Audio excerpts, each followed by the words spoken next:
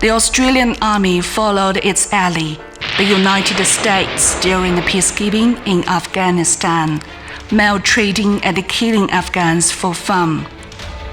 Once it was exposed, the incident aroused indignation and condemnation from all countries in the world. In November 2020, a 4-year investigation conducted by the Inspector General's Office of the Australian Defence Forces confirmed that the Australian Army in Afghanistan was suspected of war crimes from 2005 to 2016. 25 Australian soldiers were suspected of participating in 23 incidents of killing Afghan prisoners and civilians. In these incidents, 39 people were killed and 2 were maltreated. Australian Defence Forces Commander Campbell held a news conference to disclose more shocking details, including Australian soldiers shooting elderly Afghan men and boys together, cutting the throats of 2 blindfolded 14-year-old Afghan boys before putting them into bags and throwing them into the river. Australian Army officers requiring recruits to shoot Afghan prisoners of war to train hands and so on. Some soldiers said that such behavior was involved and widely tolerated by senior military officials.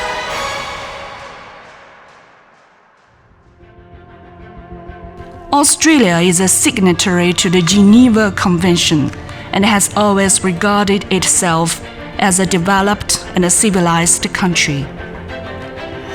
However, it is now in flagrant violation of international law and human conscience, committing appalling war crimes and doing inhuman harm to the people of Afghanistan under the name of peacekeeping.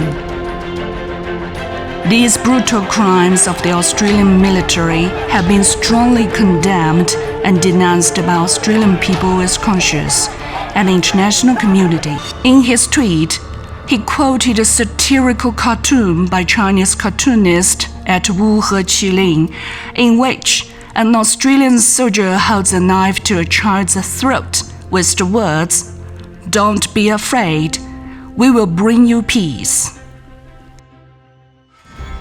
However, the Australian government has not made a deep review of its own problems. Instead, it has treated them with arrogance. Instead of apologizing to the Afghan people for the brutal crimes committed by the Australian Army, Australian Prime Minister Morrison demanded an apology from China for its actions denouncing atrocities.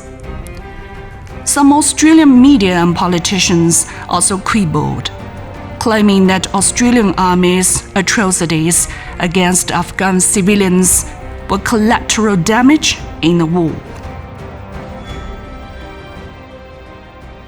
The deep-seated reason for the massacre of Afghan civilians by the Australian Army is the racial superiority of white supremacy rooted in Australian society and culture for a long time, which leads to racial and religious discrimination against Muslim groups, refugees, and immigrants in Australia. On March 15, 2019, in 2 mosques in Christchurch, New Zealand, a gunman slaughtered innocent people, resulting in 51 deaths and more than 50 injuries.